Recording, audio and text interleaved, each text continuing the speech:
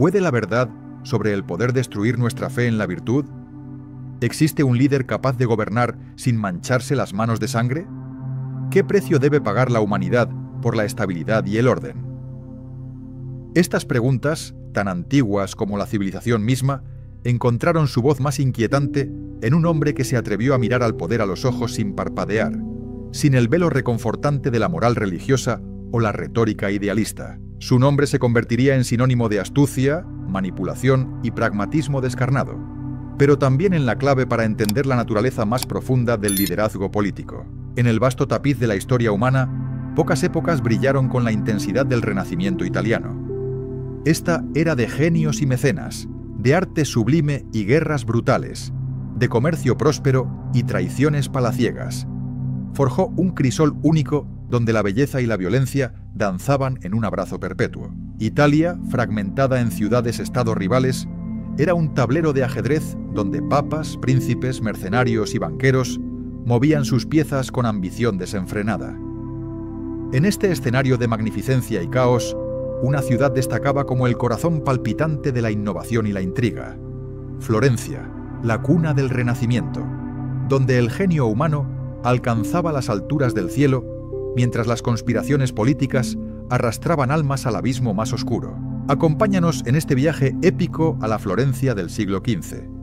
Una república convulsionada por las luchas entre facciones, amenazada por ejércitos extranjeros y dominada por la sombra omnipresente de una familia que había convertido la banca en poder político absoluto. Los Médici. Esta ciudad de palacios renacentistas y catedrales imponentes, de banqueros astutos y artistas visionarios, era también un campo de batalla donde las ideas sobre el gobierno, la libertad y la autoridad se enfrentaban con una ferocidad que rivalizaba con cualquier guerra de espadas. Aquí, entre los muros de piedra que habían visto nacer a Dante, a Giotto, a Brunelleschi, nacería el 3 de mayo de 1469 un niño destinado a transformar para siempre nuestra comprensión del poder político.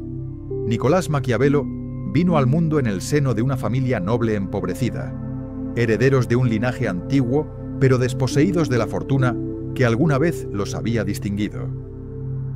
Su padre, Bernardo, era un abogado de mediana condición, un hombre de letras con una biblioteca modesta pero selecta que abriría las puertas del conocimiento clásico al joven Nicolás.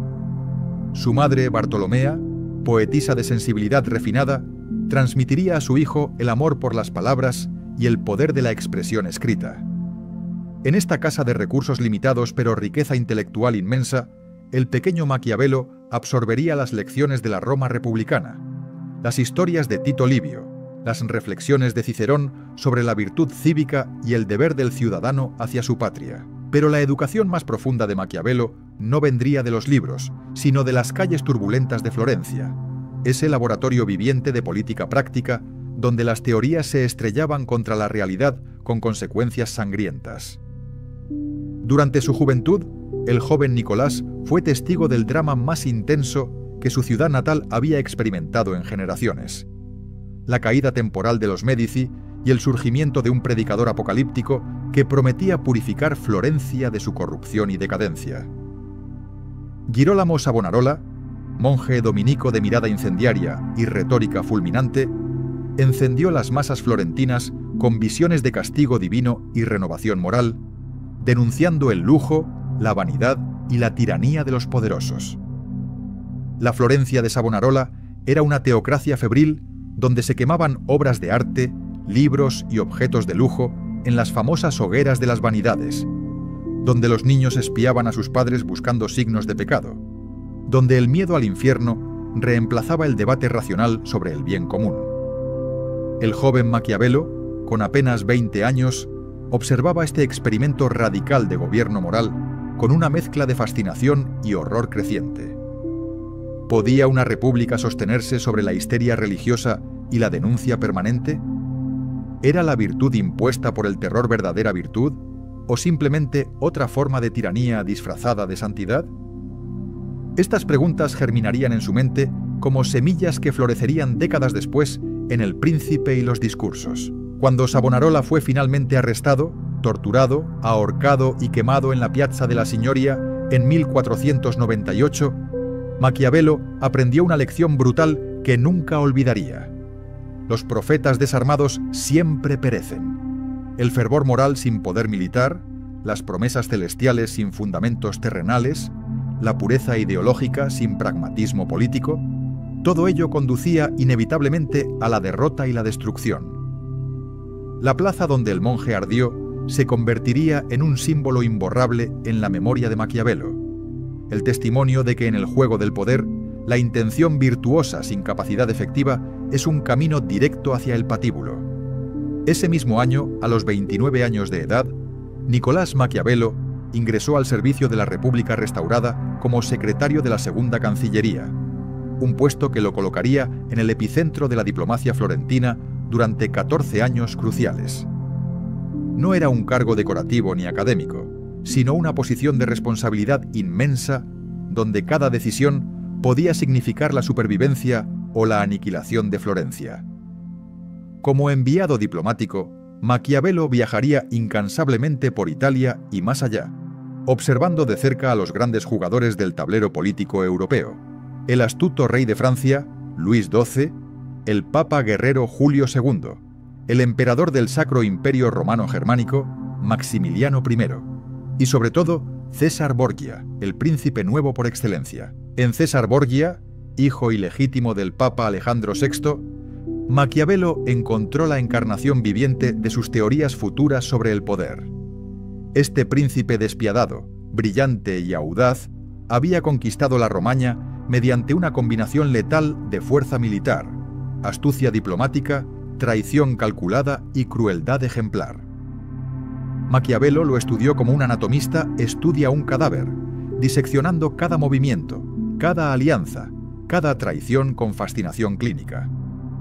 Observó cómo Borgia eliminaba a sus rivales con eficiencia brutal, cómo sembraba la discordia entre sus enemigos, cómo utilizaba la religión como herramienta política sin dejarse atrapar por sus mandatos morales.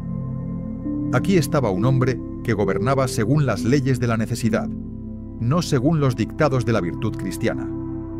Pero Maquiavelo también fue testigo de la caída espectacular de Borgia cuando la fortuna giró su rueda caprichosa. La muerte súbita del Papa Alejandro, en 1503, seguida por la enfermedad del propio César en el momento más crítico, demostró que incluso el príncipe más virtuoso, en el sentido maquiavélico, el más preparado y astuto, podía ser derribado por el azar implacable. Esta observación generaría una de las tensiones centrales en el pensamiento de Maquiavelo: la batalla eterna entre la virtud, esa combinación de habilidad, coraje, astucia y voluntad del líder, contra la fortuna, esa fuerza caótica e impredecible que puede destruir los planes más brillantes con un golpe del destino. Los años de servicio diplomático transformaron a Maquiavelo de un estudiante de textos clásicos en un maestro de la política práctica. Negoció con mercenarios suizos y alemanes, navegó las traicioneras aguas de la diplomacia papal, intentó desesperadamente conseguir aliados para proteger a Florencia de las potencias extranjeras que veían a Italia como un festín para sus ambiciones imperiales. Experimentó la frustración de representar a una república débil militarmente, dependiente de mercenarios poco confiables, incapaz de imponer su voluntad, incluso cuando la razón y la justicia estaban de su lado. Esta impotencia lo llevaría a una convicción inquebrantable: una república sin ejército propio es una república sin futuro, una entidad política condenada a ser juguete de príncipes más fuertes y naciones más disciplinadas. En 1512, la rueda de la fortuna que Maquiavelo tanto estudiaba giró violentamente contra él. Los Médici, apoyados por tropas españolas y papales, regresaron triunfantes a Florencia después de 14 años de exilio, derrocando la república que Maquiavelo había servido con devoción absoluta. El cambio de régimen fue brutal y definitivo. Maquiavelo, identificado como servidor leal del gobierno republicano, fue inmediatamente destituido de todos sus cargos, prohibido de entrar en el Palazzo Vecchio, que había sido el centro de su vida durante más de una década. Pero el castigo no terminó ahí. En 1513, acusado injustamente de participar en una conspiración contra los Médici, Fue arrestado, encarcelado y sometido a tortura mediante la estrapado, un método atroz, donde el prisionero era suspendido por las muñecas atadas a la espalda, dislocando los hombros con cada caída. Cuando finalmente fue liberado tras la elección del nuevo Papa Médici, León X, Maquiavelo era un hombre destrozado en fortuna, pero no en espíritu. Exiliado en su pequeña propiedad rural en Sant'Andrea in Percusina, lejos del bullicio político de Florencia, enfrentó el abismo de la irrelevancia. Para un hombre cuya vida había sido la política, cuya sangre bombeaba al ritmo de las negociaciones y las crisis diplomáticas, este retiro forzado era una muerte en vida. Aquí, en este destierro doloroso, rodeado de campesinos y viñedos, en lugar de embajadores y príncipes, Nicolás Maquiavelo comenzaría la obra que lo inmortalizaría y escandalizaría al mundo. Las noches en su estudio, donde se vestía con sus ropas de corte para conversar con los antiguos autores, serían el taller donde forjaría las ideas más peligrosas del Renacimiento. La Florencia que había formado a Maquiavelo, con sus intrigas, sus guerras, sus experimentos políticos fallidos y sus lecciones brutales, había completado su obra. El diplomático caído en desgracia tenía ahora el tiempo, la distancia y la amargura necesaria para mirar al poder político sin las ilusiones que nublan la vista de quienes aún juegan el juego. ¿Qué secretos revelaría este hombre que había visto la política desde dentro, que había negociado con príncipes y observado el colapso de repúblicas?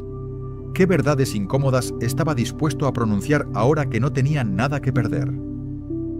El escenario estaba preparado para que naciera El Príncipe, ese libro maldito que desafiaría todo lo que Europa cristiana creía saber sobre el gobierno virtuoso.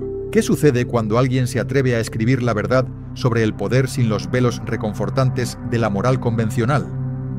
¿Puede un líder ser virtuoso y efectivo al mismo tiempo? ¿O la política exige sacrificar la pureza en el altar de la necesidad? ¿Existe un manual para gobernar que no mienta, que no adorne la realidad con promesas celestiales ni ideales inalcanzables? En el año 1513, en el aislamiento amargo de su exilio rural, Nicolás Maquiavelo tomó su pluma y escribió 26 capítulos que sacudirían los cimientos de la filosofía política occidental. El resultado fue un libro delgado, desprovisto de ornamentos retóricos, directo como una daga en el corazón. Il Principe, el Príncipe, el texto más escandaloso y malinterpretado de la historia del pensamiento político. En las noches solitarias de su retiro forzado, Maquiavelo se transformaba en un ritual que él mismo describió con melancolía conmovedora. Después de un día entre campesinos, discutiendo el precio del trigo y las nimiedades de la vida rural, regresaba a su casa al anochecer. Allí, en el umbral de su estudio, se despojaba de las ropas manchadas de lodo y polvo, se lavaba y se vestía con sus ropas de corte, las mismas que había usado cuando negociaba con reyes y papas. Así ataviado, entraba en su Sancta Sanctorum y abría los libros de los antiguos: Tito Livio, Polibio, Tucídides, Plutarco. Durante horas conversaba con los muertos, interrogándolos sobre el arte de gobernar, sobre las razones del éxito y el fracaso de repúblicas e imperios, sobre la naturaleza inmutable del poder a través de los siglos. De estas conversaciones nocturnas con los gigantes del pensamiento clásico, alimentadas por su experiencia directa en las cancillerías de Europa, nació El Príncipe. Pero este no era un tratado académico destinado a acumular polvo en bibliotecas monásticas. Maquiavelo escribió con urgencia desesperada, con la pasión de un hombre que veía a Italia desgarrada por ejércitos extranjeros, humillada por potencias foráneas, fragmentada en principados débiles, incapaces de unirse contra la invasión. Su dedicatoria a Lorenzo de Médici, nieto del Magnífico, era tanto una súplica por un empleo como un grito de advertencia. Italia necesitaba un príncipe nuevo, un líder capaz de utilizar cualquier medio necesario para expulsar a los bárbaros y forjar una nación unificada. La salvación de la patria justificaba cualquier método, cualquier estratagema, cualquier acto que los moralistas condenarían como pecaminoso. Exploraremos ahora el corazón palpitante de El Príncipe, ese núcleo de ideas que horrorizó a la Europa cristiana y que aún hoy nos obliga a confrontar preguntas incómodas sobre la naturaleza del liderazgo. La primera y más revolucionaria contribución de Maquiavelo fue la separación radical entre la moral personal y la ética política. Durante siglos, los tratados sobre el buen gobierno habían sido espejos de príncipes, textos edificantes que describían al gobernante ideal como un modelo de virtudes cristianas: piadoso, misericordioso, caritativo, honesto, fiel a su palabra. Maquiavelo demolió esta tradición con una afirmación brutal: en la política real, el príncipe que intenta ser bueno todo el tiempo será destruido por aquellos que no lo son. La bondad absoluta no es virtud política, sino ingenuidad suicida en un mundo de lobos. Pero Maquiavelo no predicaba la maldad por la maldad, ni celebraba la crueldad gratuita como fin en sí mismo. Su concepto de virtud, que reemplazaba la virtud cristiana tradicional, era algo completamente diferente y profundamente perturbador para sus contemporáneos. La virtud maquiaveliana es la capacidad del príncipe para hacer lo que la situación exige, sin dejarse paralizar por escrúpulos morales cuando la supervivencia del Estado está en juego. Es una mezcla explosiva de coraje, astucia, flexibilidad, determinación y, cuando es necesario, crueldad calculada. El príncipe virtuoso, en el sentido maquiaveliano, no es el santo que reza en su capilla, sino el león que intimida con su fuerza y el zorro que detecta las trampas antes de caer en ellas. Es quien sabe cuándo usar la misericordia y cuándo emplear el terror, cuándo mantener la palabra y cuándo romperla si el bien común lo requiere.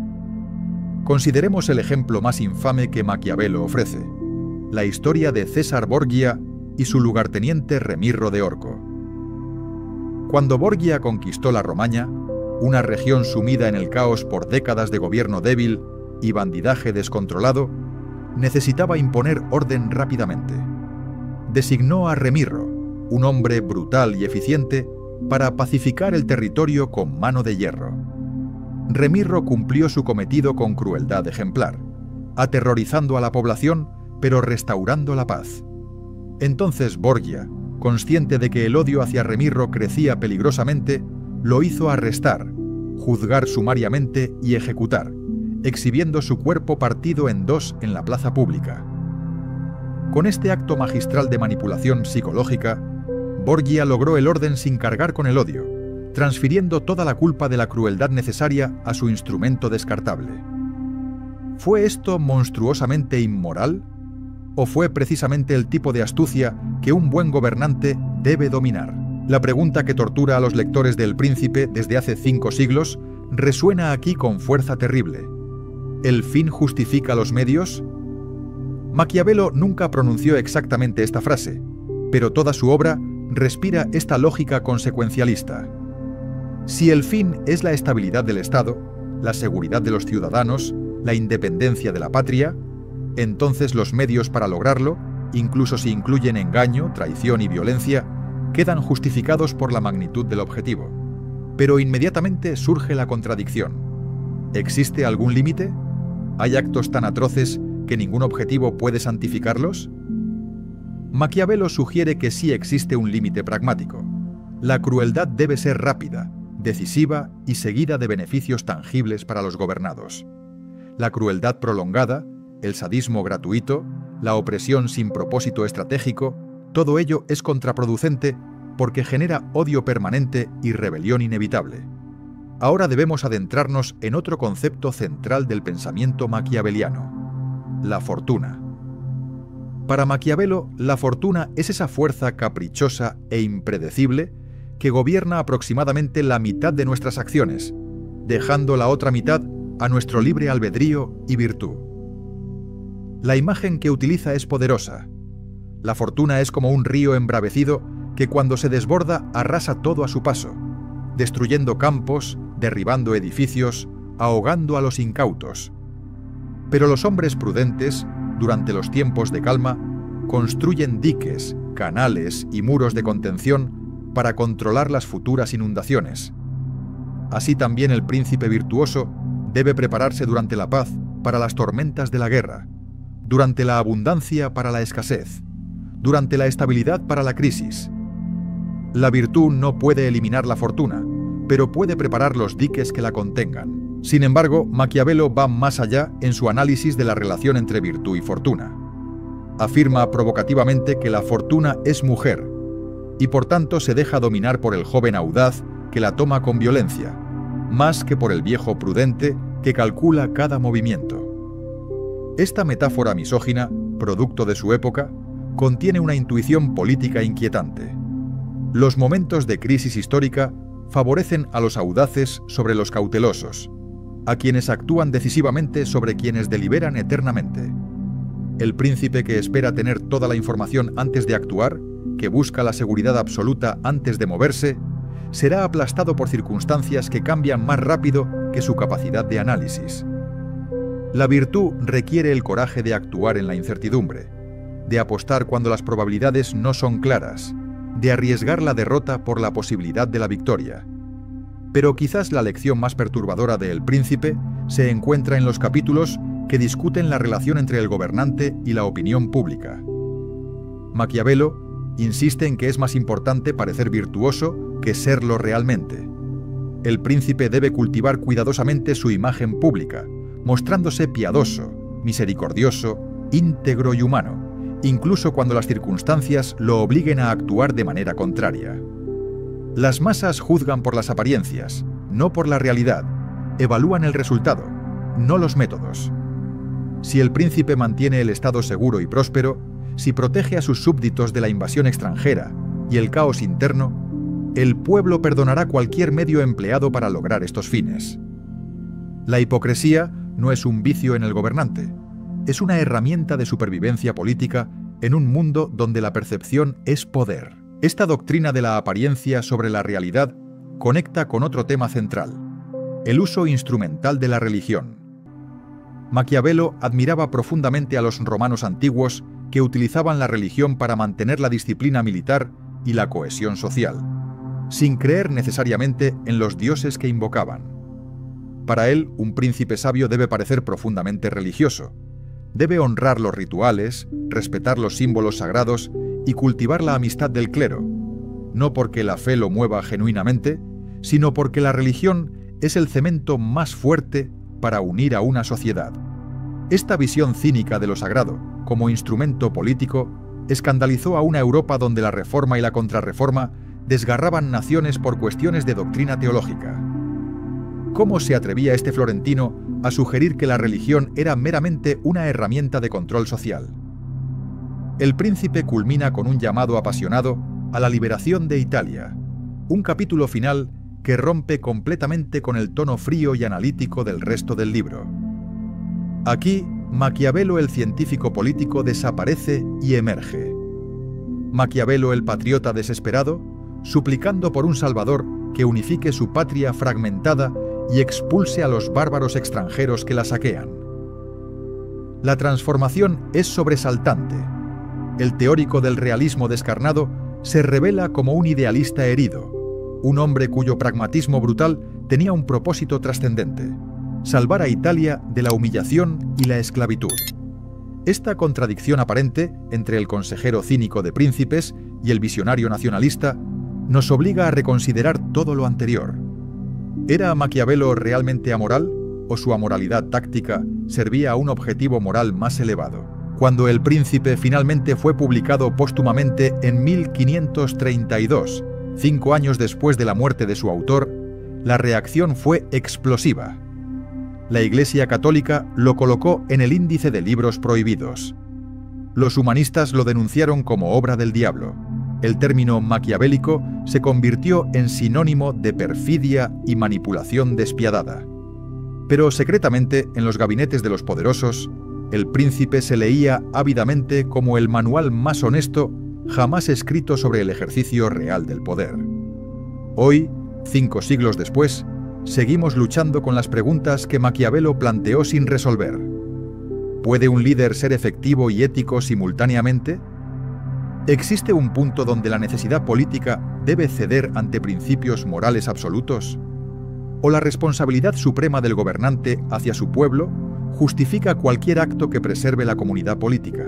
¿Puede el autor del libro más cínico sobre el poder absoluto ser simultáneamente un apasionado defensor de la libertad republicana? Es posible que el mismo hombre que aconsejó al príncipe emplear cualquier medio necesario para conservar el poder, dedicara su obra más extensa a celebrar el gobierno del pueblo? ¿Existe acaso un Maquiavelo oculto, un pensador republicano cuyas ideas sobre la participación ciudadana y el equilibrio institucional contradicen radicalmente la imagen del profeta de la tiranía?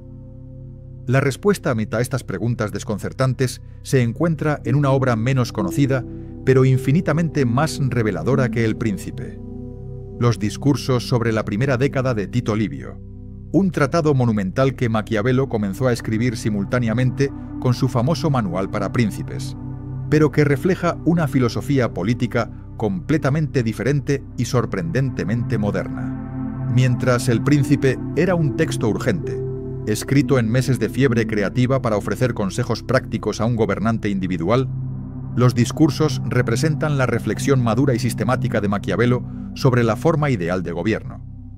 Esta obra colosal, dividida en 3 libros que abarcan 142 capítulos, fue el resultado de años de meditación sobre la historia romana, especialmente el análisis de Tito Livio sobre los primeros 10 libros de la historia de Roma desde su fundación.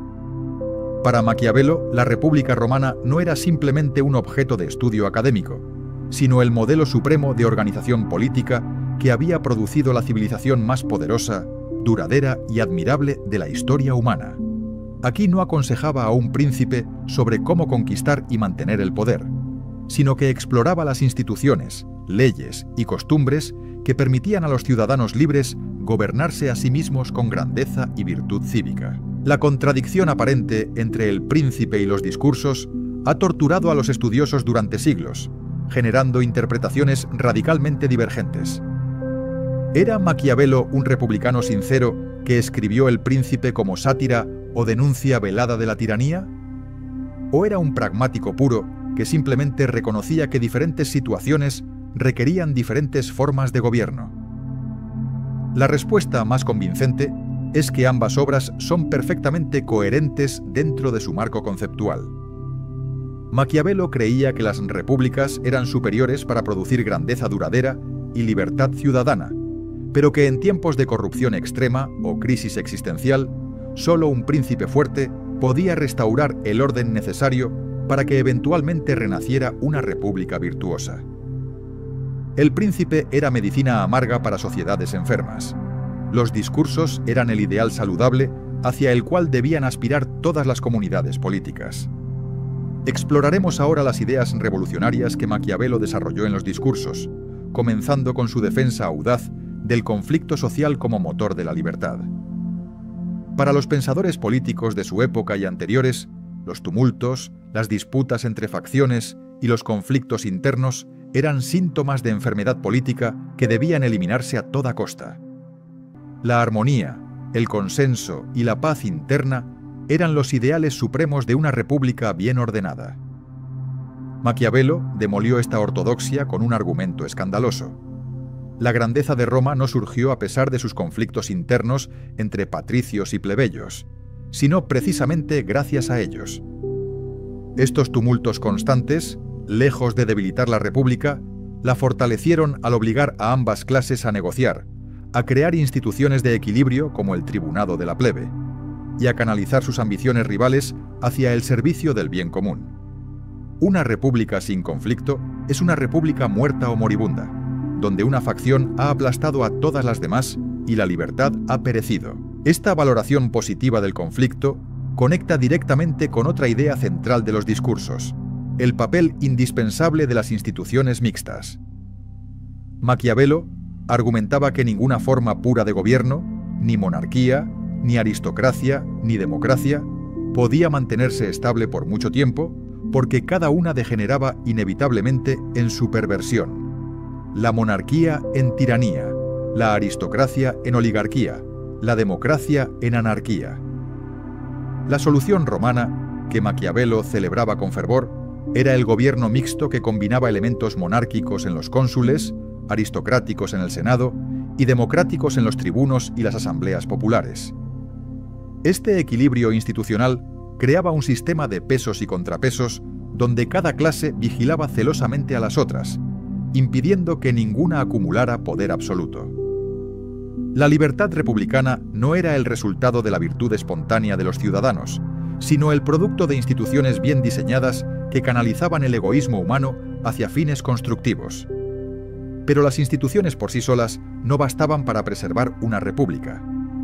Maquiavelo insistía obsesivamente en que la virtud cívica, ese compromiso activo de los ciudadanos con el bien común por encima de sus intereses privados, era el alma verdadera de cualquier república duradera.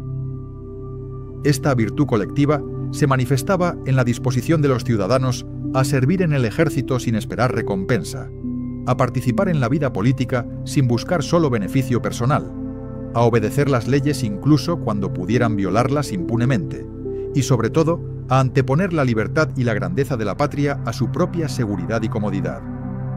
La corrupción, para Maquiavelo, no era principalmente el soborno o la venalidad de los funcionarios, sino la erosión de esta virtud cívica, el momento en que los ciudadanos comenzaban a valorar su riqueza privada más que la gloria pública, su seguridad individual más que la libertad colectiva. Ahora debemos adentrarnos en uno de los temas más perturbadores de los discursos: el papel de la religión en la preservación de la República.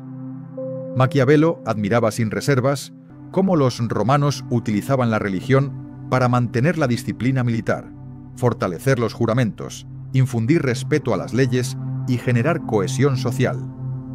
Pero simultáneamente criticaba con ferocidad al cristianismo por haber debilitado la virtud cívica de los pueblos modernos.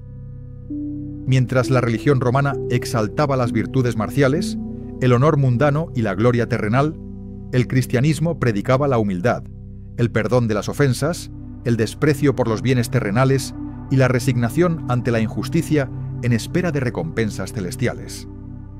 Para Maquiavelo, esta transformación religiosa había convertido a los hombres en presa fácil de tiranos, haciéndolos incapaces de la ferocidad necesaria para defender su libertad. Una república necesitaba una religión que fortaleciera el espíritu combativo de sus ciudadanos, no una que los domesticara para la sumisión. Esta crítica demoledora del cristianismo como enemigo de la virtud republicana era quizás la herejía más explosiva de los discursos, más peligrosa incluso que los consejos amorales de El Príncipe. Maquiavelo no atacaba la existencia de Dios ni las doctrinas teológicas abstractas, pero denunciaba sin ambigüedad cómo la interpretación cristiana dominante de su época había corrompido el carácter de los pueblos europeos, haciéndolos incapaces de la grandeza que Roma había alcanzado. La implicación era clara y terrible. Si Europa quería recuperar su virtud perdida, necesitaba o bien reformar radicalmente el cristianismo para que exaltara las virtudes cívicas, o bien complementarlo con una educación secular que cultivara en los ciudadanos el amor a la gloria, el honor y la libertad por encima de la salvación individual. Otro pilar fundamental de los discursos era la defensa apasionada de los ejércitos ciudadanos contra las tropas mercenarias. Maquiavelo había visto con sus propios ojos cómo los condottieri, esos capitanes mercenarios que vendían sus servicios al mejor postor, traicionaban a sus empleadores, saqueaban las ciudades que debían defender y prolongaban guerras artificialmente para maximizar sus ganancias. Una república dependiente de mercenarios era una república condenada, porque su supervivencia descansaba en hombres sin lealtad genuina, sin conexión emocional con la comunidad que defendían, dispuestos a huir o cambiar de bando en el momento crítico. Solo los ciudadanos que luchaban por su propia libertad, sus propias familias, su propia tierra, tenían la motivación y la ferocidad necesarias para vencer en batalla. Esta conexión entre militarización ciudadana y virtud cívica era central. Un pueblo desarmado era un pueblo esclavo, incapaz de resistir ni la opresión interna ni la invasión externa. Maquiavelo dedicaba capítulos enteros a analizar cómo las repúblicas podían expandirse sin corromperse, un problema que había destruido a la propia Roma. Observaba que las conquistas iniciales de Roma, cuando los territorios conquistados eran incorporados como aliados con derechos limitados, fortalecieron la república al multiplicar su poder militar sin diluir la virtud de sus ciudadanos. Pero las conquistas posteriores, cuando Roma comenzó a gobernar vastos territorios como imperio, generaron desigualdades masivas de riqueza, ejércitos profesionales leales a sus generales más que a la república, y finalmente la erosión fatal de las instituciones republicanas que culminó en la dictadura de César y la monarquía de Augusto. La lección era sombría. Incluso las repúblicas más virtuosas contenían las semillas de su propia destrucción en su éxito expansionista, porque la grandeza militar eventualmente corrompe la virtud cívica que la hizo posible. Los discursos también exploraban con profundidad el problema de la renovación o reforma de repúblicas corruptas. Maquiavelo argumentaba que las instituciones políticas, como los cuerpos humanos, tendían naturalmente hacia la corrupción y el declive con el paso del tiempo. La única manera de prevenir el colapso era mediante retornos periódicos a los principios fundacionales, esos momentos de crisis o reforma donde la república redescubría su virtud original y purgaba los vicios acumulados. Estos retornos podían ocurrir mediante el ejemplo extraordinario de individuos virtuosos cuya conducta avergonzaba a sus conciudadanos y los inspiraba a la renovación moral, o mediante shocks externos como derrotas militares que despertaban a la comunidad de su complacencia. Sin estos momentos de renovación periódica, ninguna república podía sobrevivir más allá de unas pocas generaciones antes de sucumbir a la decadencia inevitable.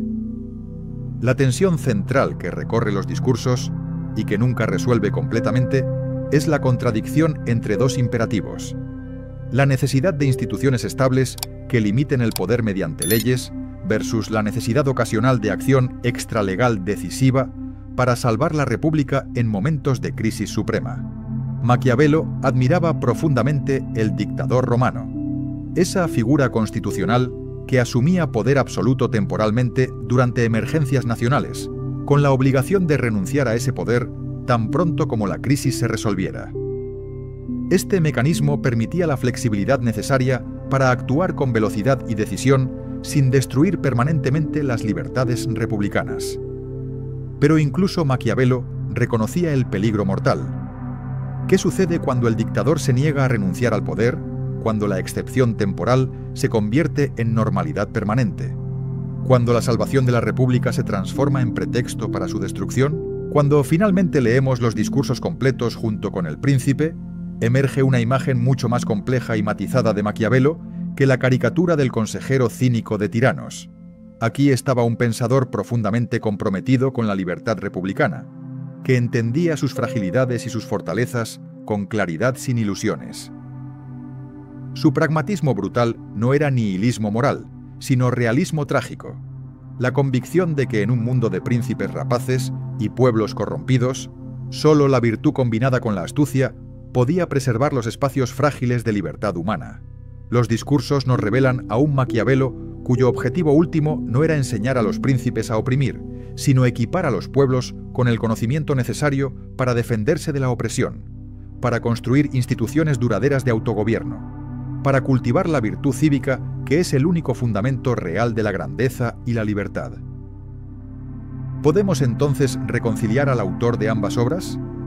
Solo si entendemos que para Maquiavelo, El Príncipe era medicina amarga para tiempos de enfermedad política terminal, pero la república virtuosa era la salud verdadera hacia la cual toda comunidad política debía aspirar. ¿Es posible gobernar con efectividad sin sacrificar la integridad moral? ¿Existen líderes en la historia que hayan navegado exitosamente entre las aguas turbulentas del pragmatismo político y los principios éticos inflexibles? ¿Puede un estadista aplicar las lecciones de Maquiavelo sin convertirse en el monstruo que sus críticos denunciaron? Durante 5 siglos, estas preguntas han atormentado a gobernantes, filósofos y ciudadanos que buscan desesperadamente ejemplos de liderazgo que combine eficacia con moralidad, realismo con idealismo, necesidad política con legitimidad ética. La historia, ese laboratorio inmenso de experimentos humanos, nos ofrece casos fascinantes de líderes que enfrentaron esta tensión maquiaveliana y emergieron con su reputación moral intacta a pesar de tomar decisiones que hubieran escandalizado a los moralistas puros. Exploraremos ahora estos casos extraordinarios donde el pragmatismo y la ética encontraron un equilibrio precario pero poderoso. Comencemos nuestro viaje con Abraham Lincoln, el 16º presidente de los Estados Unidos, cuya figura se yergue como el ejemplo supremo de un líder que empleó medios cuestionables para alcanzar fines moralmente sublimes. Lincoln enfrentó la crisis existencial más profunda en la historia estadounidense, la guerra civil que amenazaba con destruir la nación y perpetuar la esclavitud para millones de seres humanos. Su dilema maquiaveliano era brutal en su claridad. Debía respetar estrictamente la Constitución y los procedimientos legales mientras la Unión se desintegraba, o debía ejercer poderes extraconstitucionales para preservar la nación que eventualmente aboliría la esclavitud. Lincoln eligió el camino del pragmatismo moral, suspendiendo el habeas corpus sin autorización del Congreso, encarcelando a editores de periódicos que criticaban la guerra, implementando el reclutamiento forzoso y expandiendo dramáticamente los poderes presidenciales más allá de cualquier precedente anterior. Estas acciones, técnicamente ilegales, o al menos de legalidad dudosa, escandalizaron a los puristas constitucionales de su época. Pero la genialidad de Lincoln residía en su capacidad para enmarcar estas medidas excepcionales dentro de un propósito moral trascendente que resonaba profundamente con los valores fundamentales de la nación. Su proclamación de emancipación, que liberó a los esclavos en los estados rebeldes, fue presentada no como un acto de justicia moral pura, sino como una necesidad militar para debilitar a la Confederación, una justificación pragmática que hacía la medida políticamente viable. Sin embargo, Lincoln simultáneamente articulaba la guerra como una cruzada moral para preservar el gobierno del pueblo, por el pueblo y para el pueblo, transformando un conflicto sobre la unión nacional en una batalla por la libertad universal. Esta dualidad, esta capacidad para operar en el nivel del cálculo político frío, mientras se comunicaba en el lenguaje de los ideales más elevados, ejemplifica perfectamente la síntesis entre Maquiavelo y la ética que buscamos comprender. Lincoln murió asesinado, pero su legado moral permanece intacto porque sus medios pragmáticos sirvieron a un fin que la historia juzgó justo y necesario. Ahora crucemos océanos y décadas para encontrar a Winston Churchill, el líder británico cuya complejidad moral hace que incluso Lincoln parezca simple en comparación.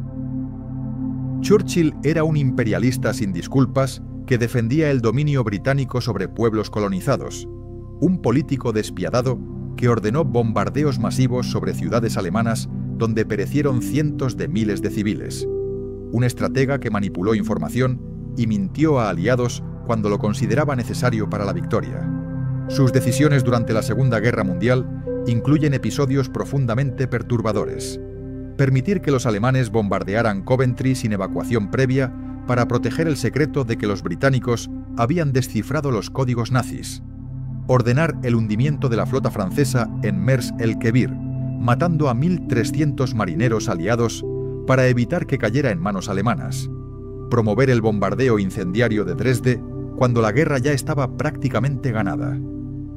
Cada una de estas acciones violaba principios morales elementales sobre la protección de civiles inocentes y el trato honesto con aliados. Sin embargo, Churchill es venerado casi universalmente como el salvador de la civilización occidental contra el nazismo, el líder cuya determinación inflexible durante los momentos más oscuros de 1940 impidió que Hitler conquistara Europa.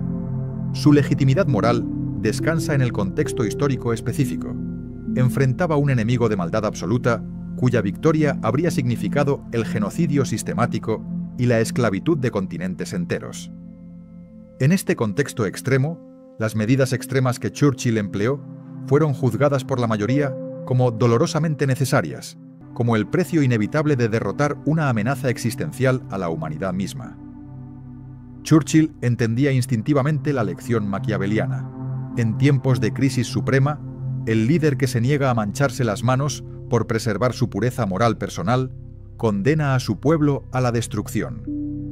Pero también entendía que esta disposición a hacer lo necesario debía estar equilibrada por una articulación constante de los valores morales por los cuales se luchaba: libertad, democracia, dignidad humana.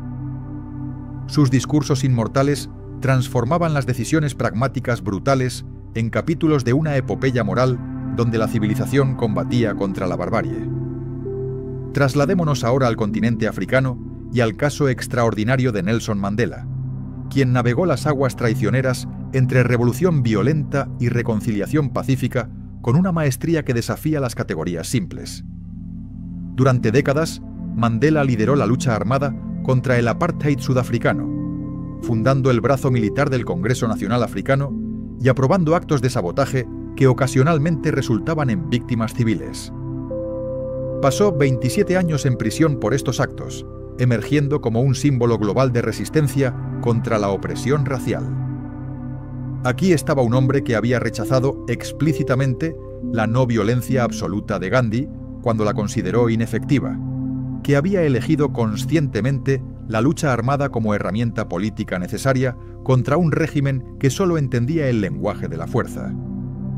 Esta fase de su vida era puro Maquiavelo, la voluntad de emplear medios violentos para lograr un fin justo cuando los medios pacíficos habían fracasado repetidamente.